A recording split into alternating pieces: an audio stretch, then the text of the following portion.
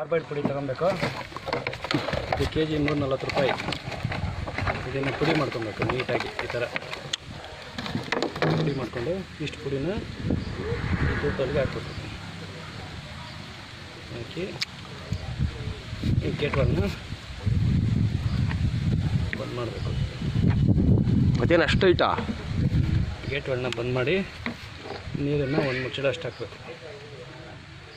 ಹಾಕಿ ಅದಕ್ಕೆ ಪೇಪರ್ ಇಟ್ಕೊಂಡು ಈ ಥರ ಶೇಕ್ ಮಾಡಬೇಕು. ಶೇಕ್ ಮಾಡಿ ನಂತರ ಗೇಟ್ ಒಳನ್ನ ಬಂದ್ ಮಾಡ್ಕೊಬೇಕು. ಇದನ್ನು ಈ ಥರ ಲೈಟ್ರ್ ಇದೆ, ಲೈಟ್ರ್ ಈ ಥರ ಒಳಗಡೆ ಇಟ್ಬಿಟ್ಟು ಇಟ್ಕೊಂಡು ಈ ಥರ ಹಿಡಿದ್ರೆ ಆವಾಗ ಲಾಸ್ಟ್ ಆಗುತ್ತೆ. ಮತ್ತಿಗಳೆಲ್ಲ ಓಡೋದು. ಸಖತ್ತಾಗಿ ಮಾಡಿದ್ದಿ ಬಿಡಪ್ಪ.